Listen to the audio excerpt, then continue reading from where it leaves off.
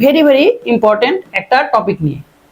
এখান থেকে প্রত্যেকটা বছরেই প্রশ্ন আসবে এবং যে কোনো ভর্তি পরীক্ষায়, মেডিকেল, যে কোনো জিএসটি, এগ্রিগুচ্ছ, যে কোনো পরীক্ষায়, R U GST, R U, CU, ঠিক আছে, জিইউ, যে কোনো ভর্তি পরীক্ষায় কিন্তু ইম্পর্টেন্ট। বুকের এক্সরে এর মাধ্যমে হৃৎপিণ্ডের অবস্থান জানা যায়। তার মানে এখানে মনে রাখবা যে হৃৎপিণ্ডের অবস্থান জানা যায় কার মাধ্যমে? হৃৎপিণ্ডের অবস্থান তুমি তো ভাই এক্স এর মাধ্যমে জানতে পারবা, তাই না? তাহলে একটা হৃৎপিণ্ডের অবস্থান এটা কোথায় আছে সেটা আমরা কি মাধ্যমে জানতে পারবো? এক্স এর মাধ্যমে। তারপর ইসিজি, হৃৎপিণ্ডের প্রাথমিক রোগ নির্ণয়। প্রাথমিক রোগ নির্ণয় আমরা ইসিজি এর মাধ্যমে করতে পারি। কার মাধ্যমে? প্রাথমিক যেটা রোগ নির্ণয়, মানে শুরুতে আমরা প্রাথমিক যেটা আমি রোগ নির্ণয় করবো সেটাকে ইসিজি টেস্ট এর মাধ্যমে। তারপর হৃৎপিণ্ডের অবস্থা এবং কার্যক্ষমতা ভালোভাবে জানার জন্য আমরা ইটিটি করি। কি করব? ইটিটি করব। তারপর হার্ট ফেইলিওর সম্পর্কে, অর্থাৎ হার্ট ফেইলিওর সম্পর্কে আমরা জানতে পারবো কার মাধ্যমে?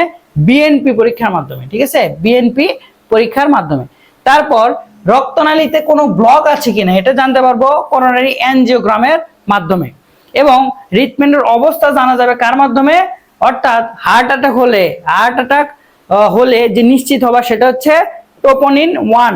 টোপোনিন 1 পরীক্ষার মাধ্যমে আমরা কি করব? হৃৎপিণ্ডের অবস্থা এবং অর্থাৎ হার্ট ফেইলিওর হলে আমরা কার মাধ্যমে জানতে পারবো? পরীক্ষার মাধ্যমে নিশ্চিত হতে পারবো টোপোনিন 1। এবং এমআরআই পরীক্ষার মাধ্যমে হৃৎপিণ্ডের অবস্থা জানা যায়। কার মাধ্যমে হৃৎপিণ্ডের অবস্থা জানা যায়? এমআরআই এর মাধ্যমে।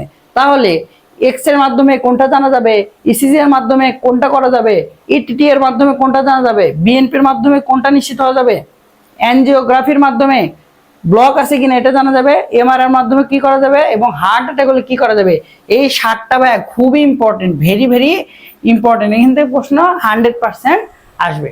তাহলে এটা আমরা সহজেই মনে রাখতে পারি। এই ছকটা অর্থাৎ এটা 7টা খুবই ভালোভাবে তোমরা মনে রাখবা।